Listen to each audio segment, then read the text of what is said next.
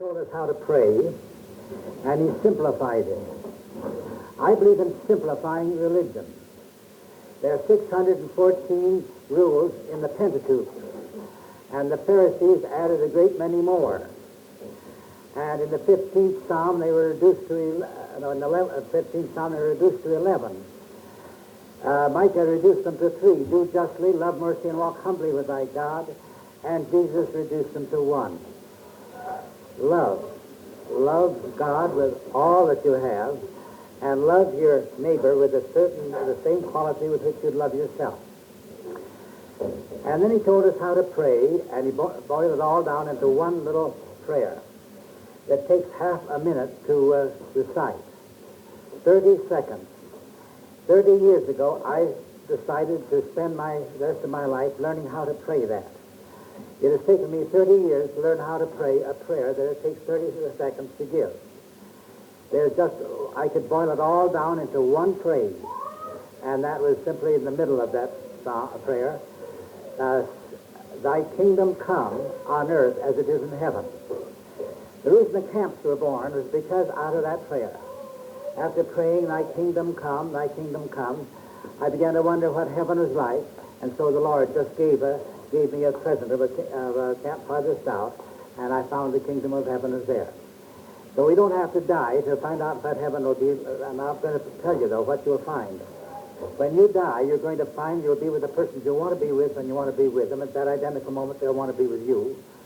And you'll find that the ideas will come to you in perfect sequence and order, just the ideas that will bring inspiration to those you're with. And in the third place, you'll find the supply resides in the need, and if you have a real need, the supply will come in, if it's a real need. If it's an imaginary need, like most of our needs are, they may not always come in. Now, stepping out to live that way, I have found that by tuning in the morning to that kingdom of heaven and stepping out and trusting it. Well, it so happened that I got a telephone call, and from Bishop Anderson. He said the bishops of America, the Methodist bishops, are having an annual meeting here. They're having it in Minneapolis. And there's 4 of us here taking lunch together. Will you come over and take lunch with us? Well, I knew that in the kingdom of heaven, I'd be with the persons I wanted to be with when they wanted to be with me, and I went over, and we were in the kingdom of heaven. He was the senior bishop of the Methodist Church, Bishop Anderson. He said, your book, The Soul's Sincere Desire, saved my life. I've memorized the first chapter. I used the 6th chapter for my commencement address when they made me president of Boston University. And here I want you to introduce you to the Bishop of Europe. There's the Bishop of Europe. Well, I'm glad to meet the Bishop of Europe. And here's the Bishop of Liberia. Black as the ace of spades, St. Clair. But his soul is as white as his name. Bishop Anderson said, the highest honor I ever had was when I was asked to ordain Bishop Clair. And here's the Bishop of the South. Well, there they were. I was with the people I wanted to be with. And then we talked. And this was 30 years ago, and they were old enough to be my father. And then when it was approaching 3 o'clock, I said, the Hamlin relay starts at 3. I have a team that'll be there. I'm careful not to let my religion make me a prima donna and say, the Lord told me I didn't have to come here. You just have to do your best. They're depending on me, and I must be there. Then those bishops, they just practically grabbed me and put me back in the chair, and they said, look here, young man. Athletics is as important as religion. We 4 men reach thousands of ministries, and we have only got half of what we want. And we want you to talk fast now, and we want you to stay another hour. Just let that go. Well, then I said, now, Lord, now this way, when you live in the kingdom of heaven, you just pray, thy kingdom come, and thy will be done, not mine, or the bishops, or the track team. I just said, Lord, now what should I do? Should I stay? And a strange peace just filled me. I made this discovery. When you're in the kingdom of heaven, God speaks to you through the peace that will come to you. But the way Bishop Raines uses a strange method, perhaps I shouldn't reveal it. He has a room in his church as a Hennepin before he became a bishop, and he'd go into that room, and he had the pictures of all the men who'd influenced him most, the men who'd just he considered the most saintly living men. But he had a difficult problem. For instance, shall I accept the call of his church? I don't know that I want to. Should I not? I think maybe I should. And he looks at those faces, and they all frown at him. Then he'll say, I believe I'll accept it. And they all smile. Now, how those faces change, I don't know. But I know how the face of God reflects in my heart. And if I feel terribly conscientious that I must go, I'm sorry, because I must go. But that peace came, and I said, it's all right. And I sat there. And we had a wonderful, wonderful time. And then I rode into the Hamlin Field at 4 o'clock. I saw Wesley Tennis, he's the president of the YMCA, my champion half-miler, was bouncing around on the track, warming up, and I said, Wesley, how did the first race game out? Oh, coach, he said. They just called it. Everything's just an hour late. We haven't had any races yet. Why, if I had raced back and had sat there for an hour, twirling my thumb, thinking of those poor bishops, I wouldn't have been in heaven. I said, I got some new ideas coming across on my car. I'm going to give some of the new men chances in some of these races. I won't wear out some of you older veterans so many races. And we won all the 4 relay races. We broke all the 4 records. They gave us 4 great big statuettes. And when I go by the trophy room in Macalester College, I say, hi, Bishop. 4 gifts given by those 4 Methodist bishops that enable us to come and beat that Methodist college in all those races. Well, Shepherd Daily. By the way, the son-in-law of Bishop Anderson, he has a wonderful big family. They all have married wonderful people. And the son-in-law of Bishop Anderson is in charge of the Shepherd Daily journeys over the world. And they're anxiously trying to get me to go with them to get in Russia today. They get into Russia this year. Now, Shepherd Daily's son-in-law came to see me. He said, I'm at a college way down in Georgia, and I wish you'd come and speak there sometime. It's a teacher's college at Carrollton, Georgia. I said, well, I will be speaking in Chattanooga on a certain date, and I'll have a few days free after that. Is that anywhere near? Why, yes, it is. If you take the night train after your talk, and get in, what's the name of York, I think it is, York, Georgia.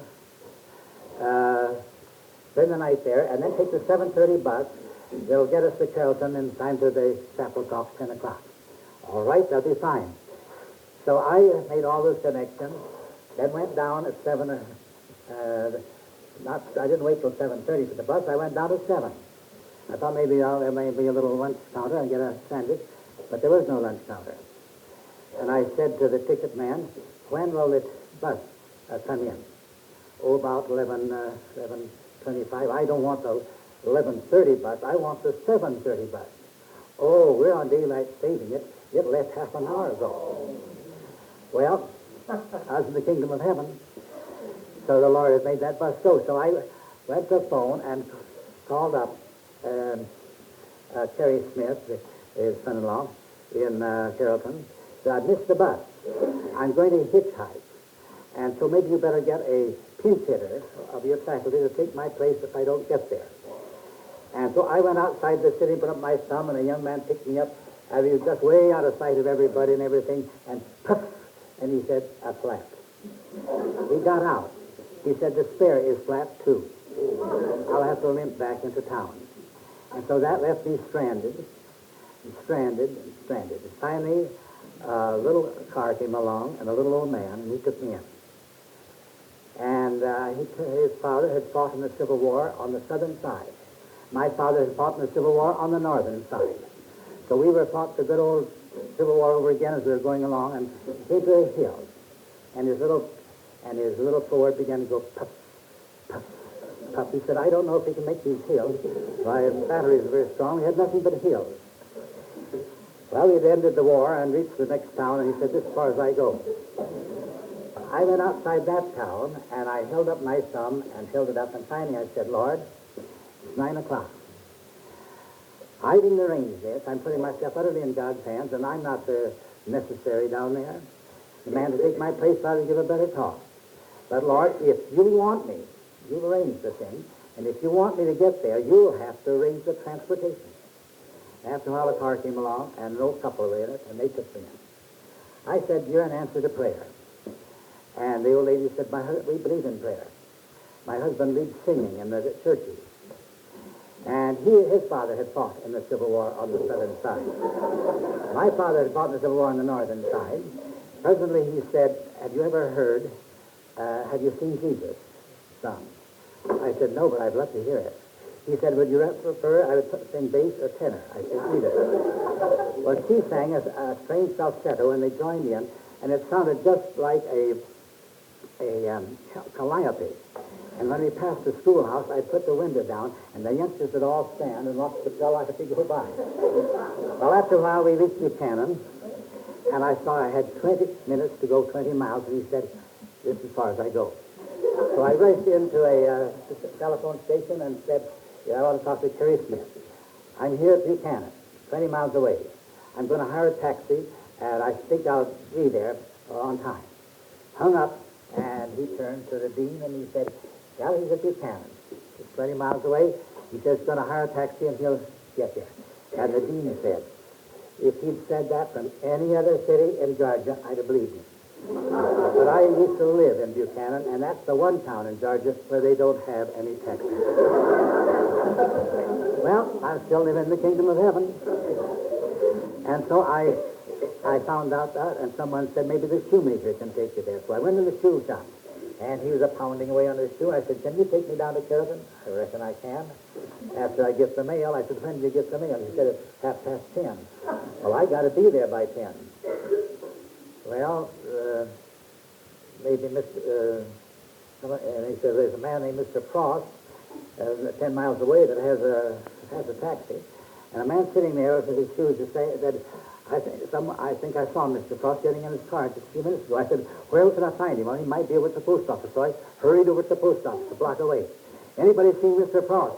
Somebody said, that southern style took me out and pointed, there he is, going in the courthouse. So I yelled, Mr. Frost, and he stood paralyzed, and I ran another block. I said, could you get me down to Carrollton? I reckon I can after I see a lawyer in here, and he went in. He came out very quickly, and we got in the car, and I said, can you make a mile a minute? He said, I reckon I can if the constable doesn't catch me. I said, did your father fight in the Civil War on the southern side? He said, my two uncles were killed at Gettysburg, and so my mother wouldn't let my father, he was the youngest one, go to the war. Oh, I'm so glad. This way I'll have a taxi. So just for my sake, he stayed out of the war. But at any rate, I said, how much are you going to charge? $3. Well, I'll give you 3.5 right now because I'm going to be in a hurry when I get out. I said, he said, the thing that brought me into this town, there's a Negro built a cottage, a little shack, on the edge of a rich man's land. And the owner said he'd always protect it, he would never take it over, but he's died. And the wife says that she's going to just take it over. Well, it occurred to me this morning at 9 o'clock when I was thinking about things that I knew a lawyer there in the courthouse that would take the case for nothing and could save that easily. He said, I didn't know I was going to get a fare, though, going back.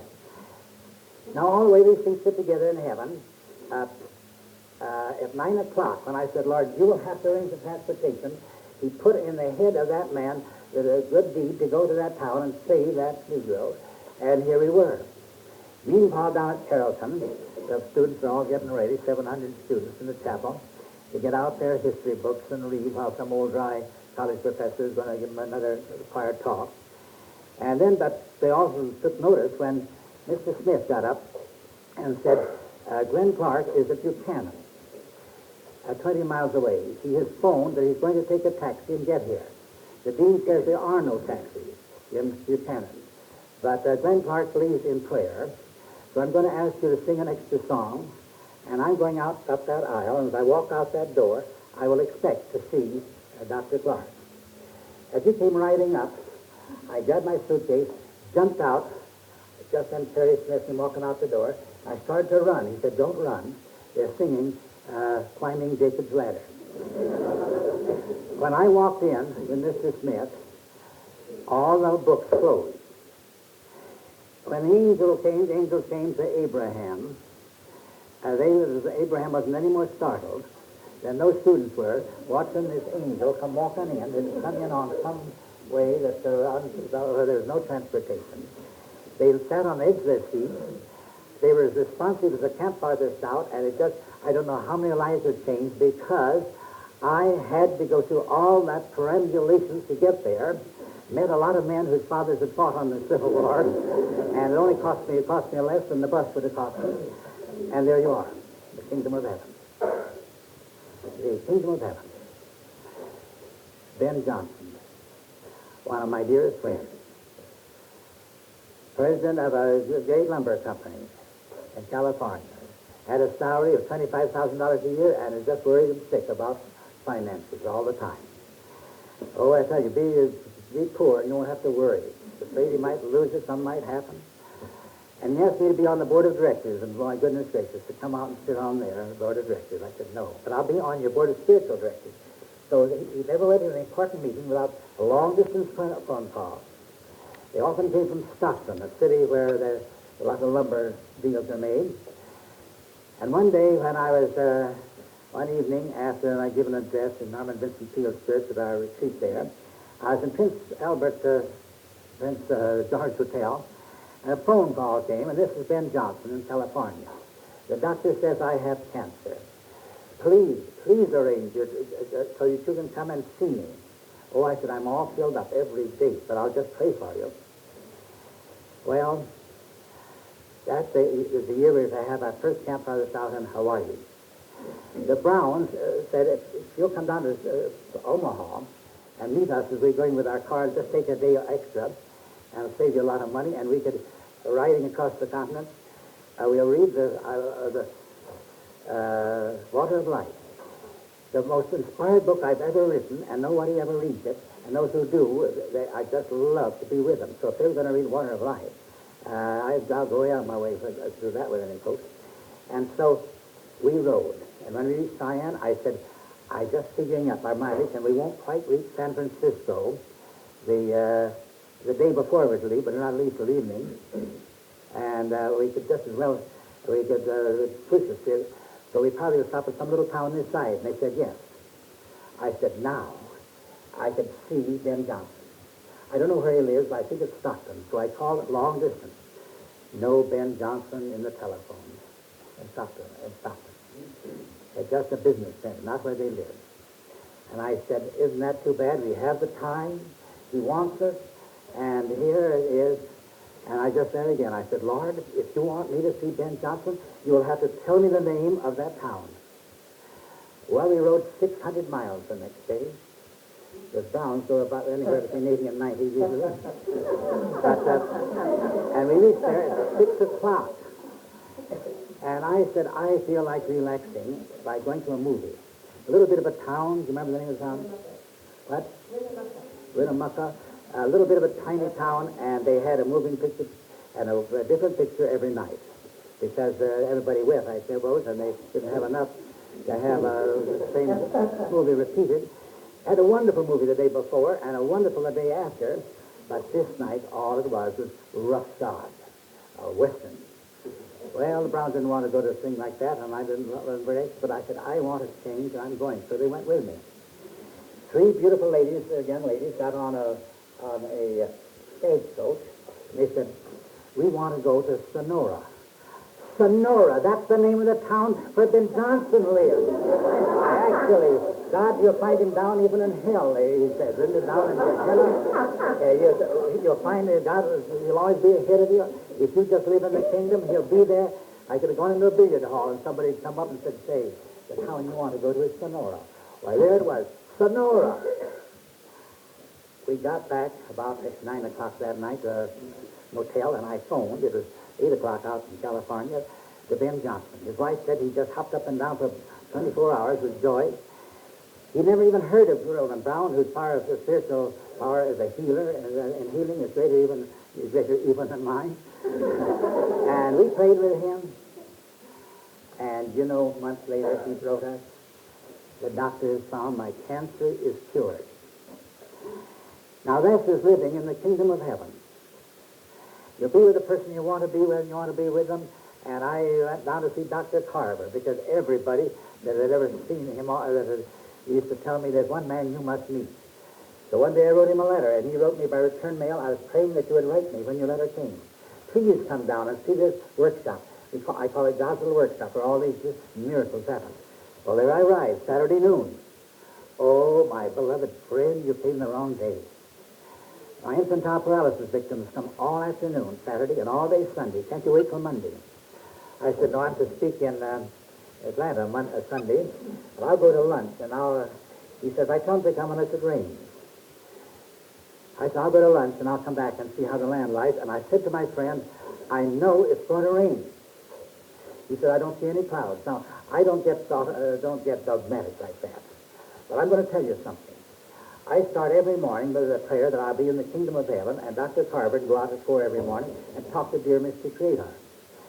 When heaven meets heaven, God will rain something. He wouldn't bring me 3,000 miles for nothing. And it was raining so hard when we got back, why, we could hardly get out the car, and no one came but the little group that wanted to meet with us. And I put that conversation in that little blue book that was described by Margaret last night. And over 300,000 copies of that gone out over the world, or I get letters nearly every week from folks whose lives have changed by just listening to that conversation. The next day, Sunday, all his victims came, and they all got their treatment. So God even arranged that. If it had rained and we had met, I said, Lord, that's your way of saying Sarge Carver and I were not to meet. He has some strange occult faith of time that he's never told me about, and I have some strange modernistic something or other that's all off. But we didn't. There's nothing modernistic and nothing occult or anything else. We just met with Christ, and he was there. And whenever we went in the God's little workshop and we had a prayer, and he has told me that his discoveries have come 3 times as fast ever since we had that prayer. Writing to Harry Emerson Cosmic Church, once I wrote and asked him to pray for me, and I was on the train when the letter reached him, and I knew when it reached him. The whole train was filled with light. I'm here to proclaim that George Washington Carver was the most spiritual saint of his day. After he left, I put it down as Rufus Jones. I want to say we have lived in an age of saints, more saints, I think, living saints, than any other time in history. When you go down to the Frank Laubach and Muriel Lester and go down the line, you'll find wonderful saintliness available. A white-haired man came through the train and picked me out to talk with me. I described that in 2 books. And since that seed was planted in me, I have found on my journeys across the continent. I'm led to tell my story to just one person. Coming out here on the plain, I avoided the seats where ladies were because I knew they'd get out their cigarette cases and smoke. I tried to sit down by some man, and I said, chances are at least 50-50 he wouldn't. And I sat down by a young soldier boy, a Navy boy in Navy suit. And he got out a Testament, was reading it, and I got out a book on my manuscript about the fairy stories, and I was writing ideas down. And finally he looked over there and he said, "Are you a writer?" And I said, "Yes." And I said, "By the way, are you preparing for the ministry?" He said, "Oh, no. I just read this to kind of get in tune." So I said, "Well, I'll tell you. I found that as and I talked with him. And I told him that I only told my story to one person. And he said, "Where are you going?" I asked him where he was going. I was going to Long Beach, and I told him I was going to talk in Los Angeles on Sunday in the Hopeland Church. Well, he's going to leave the day before that out for the Pacific. And I said, I said, what are you going to do in the Pacific? He said, it's a top secret. And then I said, you're dropping in the well when you tell me. And so he told me. And I want to say that it worried me a little bit.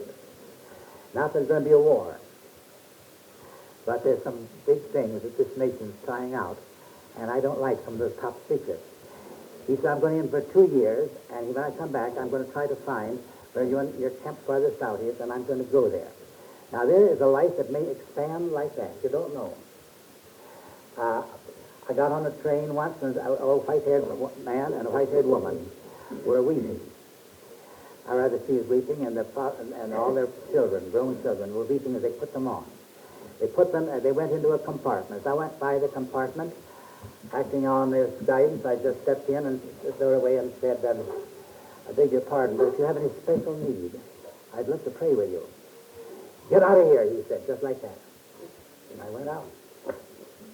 Next morning, I was shaving in the washroom, and this old man was kind of walking around behind me. And but finally he said, I beg your pardon, but are you the gentleman that spoke to us in our compartment? I said, yes. Oh, I'm so glad. My wife has just been begging me, trying you, and have you come in and pray with us. And I found that she was under the sentence of death. And I could tell them about heaven and what they can do with their wish multiplied and powered by infinity. And I brought peace to them, and the Lord led me in there. So there's something else happened. I was on a boat riding from Boston to Portland, Maine, and I hadn't told my story to anyone. I went down to the dining room, and there's around the square table were 4 of us. The one on the right and the one on the left had nothing to say, but the young man opposite me he just talked all the time. He said, have you ever been on the Maine coast before? And I said, no. Don't you think it's beautiful? I said, yes. Where are you going? I said, I'm going to Monhegan Island. What are you going to do there? I'm going to be the guest of a writer. You ever write anything yourself? And I said, yes. What did you write?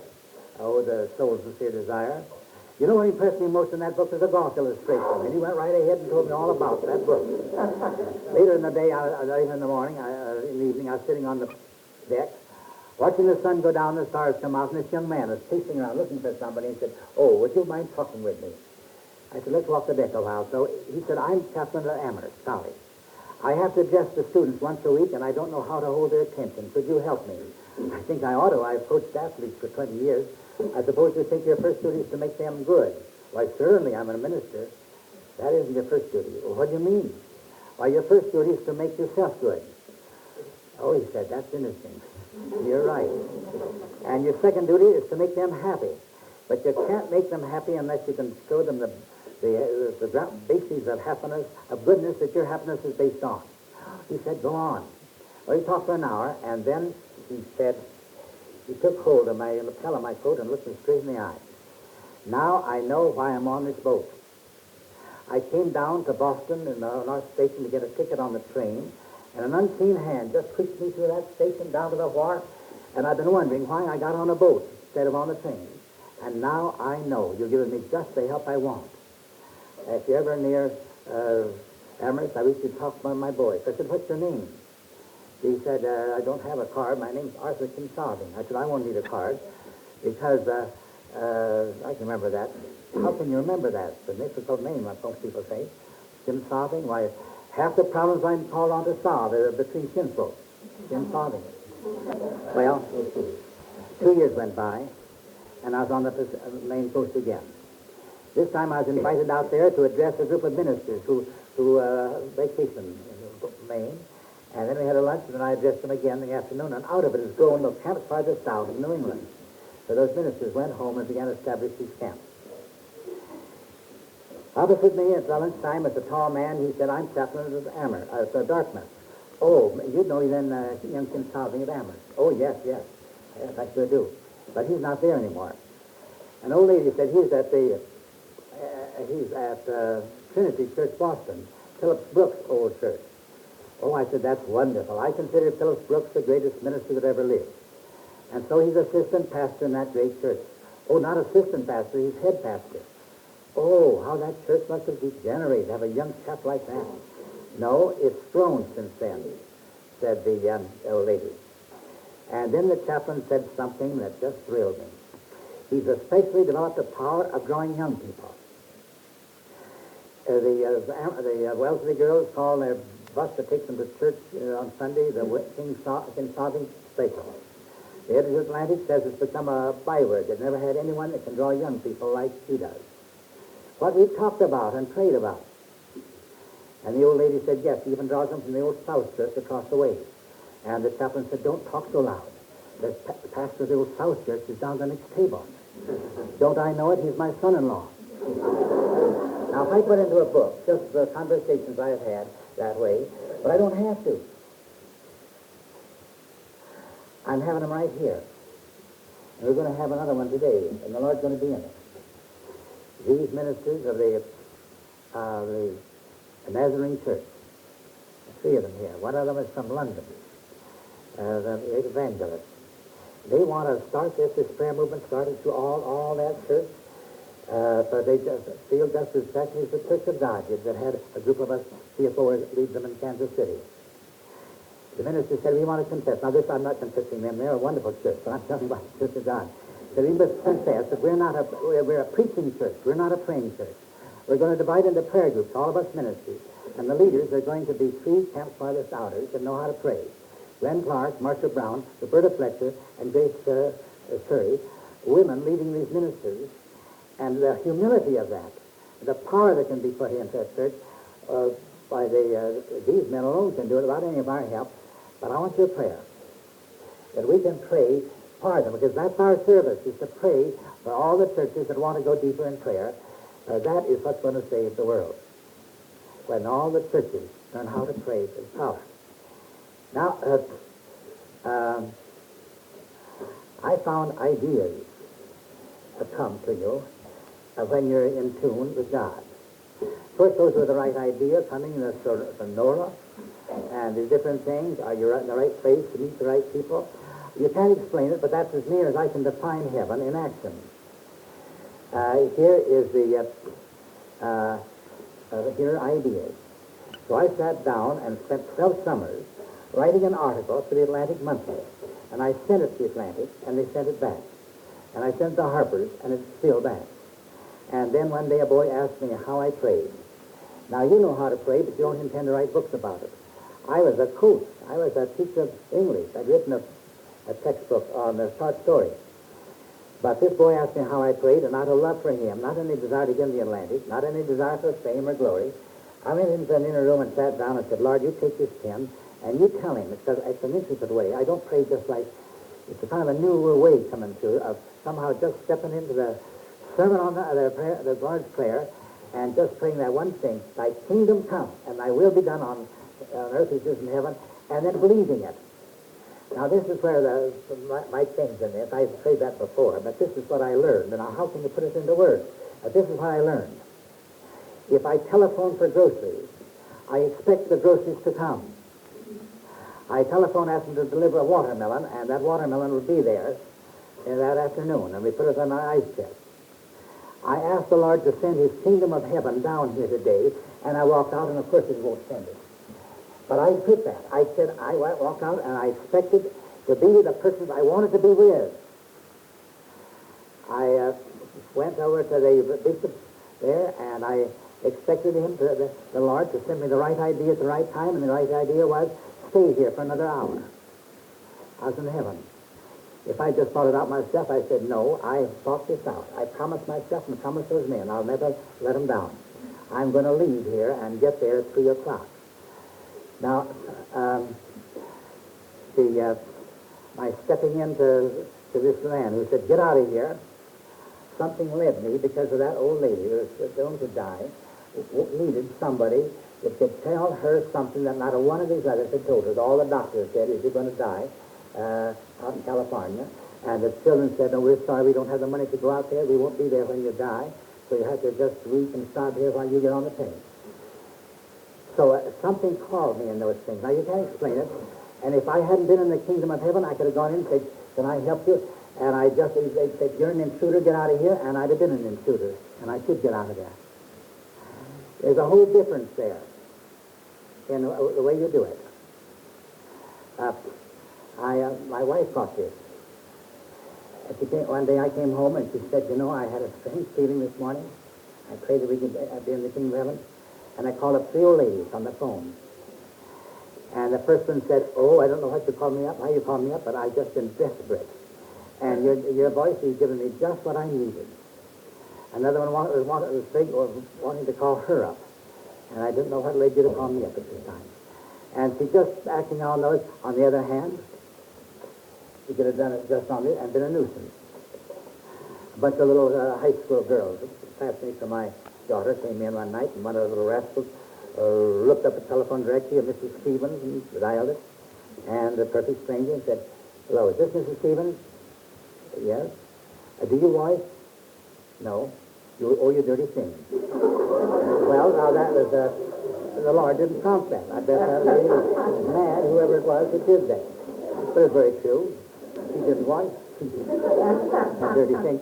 Well, now, you see, you can do things from different angles. You can do the same thing. Just call up somebody unexpectedly. Well,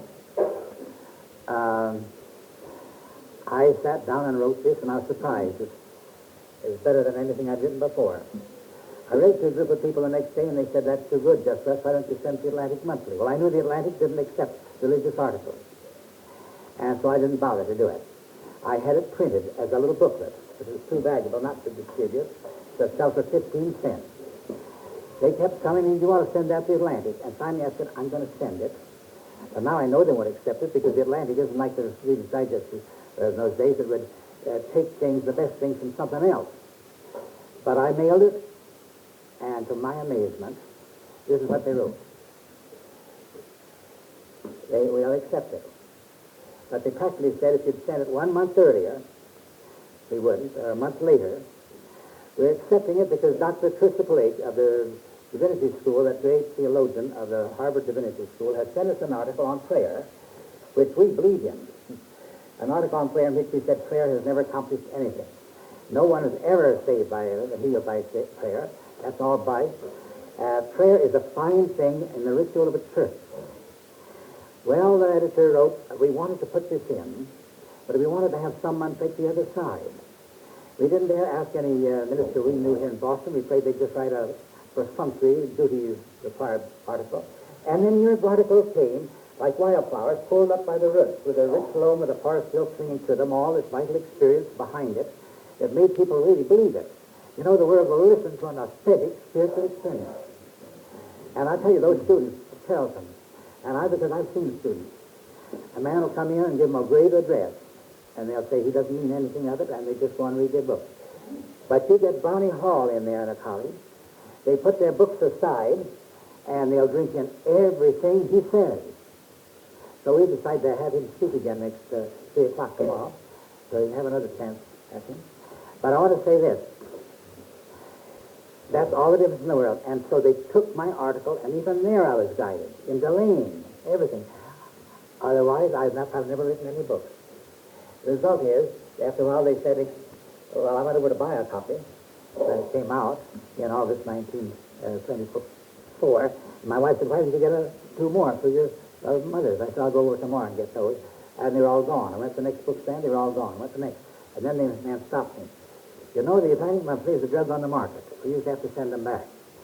But everybody's calling for them, and we find they're all sold out in the city of Los Angeles. The two-story magazine and the moving picture magazine and the detective magazine, they go like hotcakes.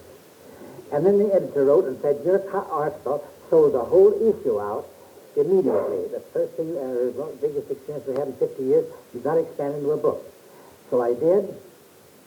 And then I got letters. One was from the South Pole, second in command of the Larry Gould, second in command of the Admiral Byrd expedition, the man who accomplished more than any other one on these journeys, according to Admiral Byrd. He said, twice the Byrd party's life's been saved because I carried your book twice to my dog sled. And I use it to get tuned in. And before I get in my sleeping bag. And one night I said to men, get out of your bags and move to a ledge over yonder, 100 yards away. And how they did grumble. But the next morning, there was a chasm down to the center of the earth where 60 men would have been. And never would have returned. Now, I didn't have anything to do with that. But I feel the kingdom of heaven getting ideas at the right time, coming through that book. The fact he looked at it the right way and the right time. He wrote, here at the Atlantic Monthly, I'm going to find where you live, and when I come back, I'm going to give you the copy, this copy with the stamp of Little America upon it. But I won't give you one until you've given me an autographed copy, and I want to say I've got that copy with the most marvelous statement in it, testimony of how God can look after men in danger. When you step into the kingdom of heaven, I won't say that it always works every day just like that. You skip once in a while, and you're not always in the kingdom. And sometimes you might think you're in the kingdom, and you might not. But I find that 9 times out of 10, that things work out. And sometimes you're dealing with people that don't like the kingdom, or so out of tune with you that you can be in the kingdom of heaven, and they'll do everything just as they did with Jesus, hung him on a cross, because he's the only one going in the right direction. One day I was on a streetcar, and I put in a token and got a transfer, and then I got on the Stubby Lake car and put in another money and sat down, and here was the transfer sticking up in my, like a sore thumb. Now, why did I pay an extra fare when I didn't have to? Well, maybe to give my wife a chance to laugh at her and I my professor. Now, that's a rich company, and I'm not so rich. Why did I do that? Now, you can't fret over a little thing like that. I wasn't in the kingdom, maybe, when I did that. The next day, I was to give an address at this Hamlin University to the whole student body on how to put inspiration into writing. I finished my short story class, went out and on the streetcar, looked down at my new suit I put on for the occasion, and then I put my hands in my pocket, and to my horror, I found I had not changed anything but the suit. And I knew that conductor would be putting me off, and how would I ever get that seat? I stood there on the back platform. Presently he came out and he took the fare from the other laboring men. And then he looked at me and he said, I got your fare, and he walked in. I said to myself, if I were George Washington, I would have to say, I cannot tell a lie. You did not get my fare. Then I looked at his uniform, the same uniform the man had the day before, and I thought how nice it was for this company to take my fare when I had it and not to embarrass me when I didn't. And I have found that when God closes the door, and if you keep clear, you'll have a sign on that door pointing to a better door. Abraham Lincoln wouldn't have become president. He lost the senatorship, and because of that, he became the door open to president. Well, so living in the kingdom of heaven has its ups and its downs, and I can think of so many other instances where we I was forced back upon really using this. One for a year, for instance, I was coaching the track team, and the president said, all we can give you is $250 for the general expenses of the season. And I knew at Carlton and Hamlin they had $2,000 instead of $250. So I said to the manager gets a letter by doing some work and arranging meets and so on. He was a mechanically minded, and he hated to write letters, but I hated to arranging the schedule. So I said, I'll take over the arranging the schedule, and you use your mechanical ability to fix all the broken hurdles. And he says, I'll be glad to. And I arranged meets, and the strange thing was, they always paid us more than we really needed when we were on the trip, and we had money as we came back. And then we'd have to give up the relays way down to Des Moines. And the coach of the University of Minnesota called me up and said, the attorney of the Rock Island, and I are good pals, and he's been twitting me because we never use the Rock Island. Well, it takes 2 hours longer, I told him. But he said, supposing I get a special car, and instead of charging you $25 round trip, or $35, just charge you each man $5 round trip. And I said, but I've got to have it filled. Well, now we've got it all filled, but we have room for 7 more men. That'll be just two relay teams, including myself. And I called Carlton, but the Carlton coach is mad at me, and he won't even answer. So what you could do for me? My goodness, for $5 a round, like almost nothing. We went down to the meeting. At the end of the season, we had more wonderful meets, more trips for the men than any other college in America. And you know how much it cost us? It cost us $25. So when the treasurer wrote out a check for $250, I said, I'll let me write out a return check of $225, and you keep that to pay salaries for your poor, broken-down professors. And now I have found if a challenge comes and you don't know how to handle it, turn over and let the God be the manager, business manager. Don't have any concern. And if the other man is supposed to be managing that thing, you step in and put your kingdom method and let him do something else. So that's what I like, is have somebody that has that spirit of the kingdom of heaven in charge. One reason we send Tick and Margaret around on the Santa Bee things, because that is kind of a wild kind of life, to just live on an automobile and go as a God, but we're trusting him to find open the right doors and so on, and something is going to expand. There's going to be another chapter pretty soon in that. Find somebody that, well, I'll tell you, Arthur Brisbane, who had things in all the columnists, in all the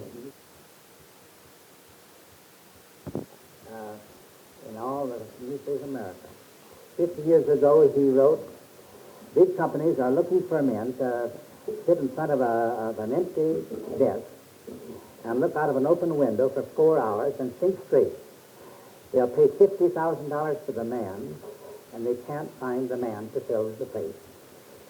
And so there's a man in my Bible class. I took a long face. After 3 years, I couldn't stand any longer, and I said, what's the matter with you? He said, I'm in the wrong business. I've gotten into the railroad business when they're in the Depression.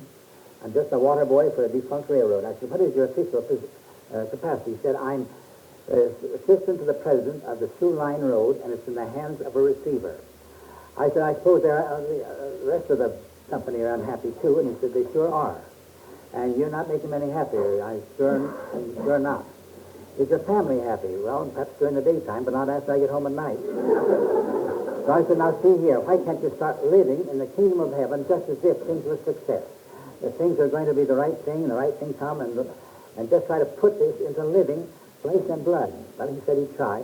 And he worked out a system. Might be a good plan for any of you to follow. He arranged to take lunch with a manager named Holmes, manager of a insurance company, who is completely in peace with God. They took lunch every day, and that just changed A.N. Williams. A year went by, and he came to me and he said, there are 13 railroad presidents meeting in Chicago next week, and I understand they're considering me for the presidency of a railroad that connects all the railroads. We should pray about it. The week after that, he came and he said, they unanimously elected me president of that company. But before I reply, I want you to promise you'll come down next summer and go with me in my private car with all my executives and help them to cast what I've bought. I said, I'll promise. One by one, those executives told me that he had accomplished more in 5 months than the other president had in 5 years. Years went by, and he was made president of the Lehigh Railroad. Then he's made president of the greatest thing of its kind in the world, the Western Union Telegraph Company. And when I was in Washington, in New York, during the Second World War, I phoned the building where there's 10,000 employees, cover several city blocks, and the answer was, you can't get in here. You can't get in here without a government permit. We're the nervous system of the world right now. I said, let me talk to the president, the secretary of the president. And she said, oh, you can come up. She'll give you half a day if you want it. And he did. He took me all over that place. By the way, the little girls on Schroeder Street was getting around and the big, and over to another desk and give them that to be sent in. And they were, all the different floors and everything. He had me use a new invention they had, telephoning my brother-in-law in Chicago, where not only but you can write, and that will be written before I make your telephone. Then he had me lunch with all the vice presidents, and they were all spiritual men. I said, now, if you're the nervous system of the world, I'm organizing, trying to gather the praying forces of the world. Supposing we shove a lot of our prayers down through you and out through this nervous system of the world. And they said, you have our permission to. Later on, I was invited to go to Washington with a group of big executives. I think they were coming there to see if they couldn't do something to stop the New Deal, but they had me come because they thought I'd pray. And I knew that not any of them knew me, and they wouldn't want me to pray. I just sat there as an nonentity. I was an executive, sure. I was president of the McAllister Park Publishing Company, about 12 or 15 employees. So here there was men, all of them 1,000 of employees. And then this Mr. A.N. Williams got up and he said, Glenn, ever since I've had that prayer with you 20 years ago, I don't start the day until I've had 40 minutes with a Bible in one hand and a spiritual book in the other hand. I don't start the day until I get right on the beam. And after that, the other executives would listen to me, because there is a man that spoke with authority. Now, there it is. Just pray that little prayer, thy kingdom come on this earth, and your will be done on this earth, just as it is in heaven. Oh, that's wonderful. Why, this is heaven, to look out there, the wonderful scenery, to look at the wonderful scenery of souls here gathered from states all over the nation, to find that that book called the Bible is such a marvelous thing. If we just can find out the impress it's made on this life or that life, then it will become contagious in each our lives. Heaven. Let us close with a Lord's Prayer. Our Father, which art in heaven, hallowed be thy name. Thy kingdom come, thy will be done, in earth as it is in heaven. Give us this day our daily bread, and forgive us our trespasses, as we forgive those who trespass against us. And lead us not into temptation, but deliver us from evil. For thine is the kingdom, and the power, and the glory,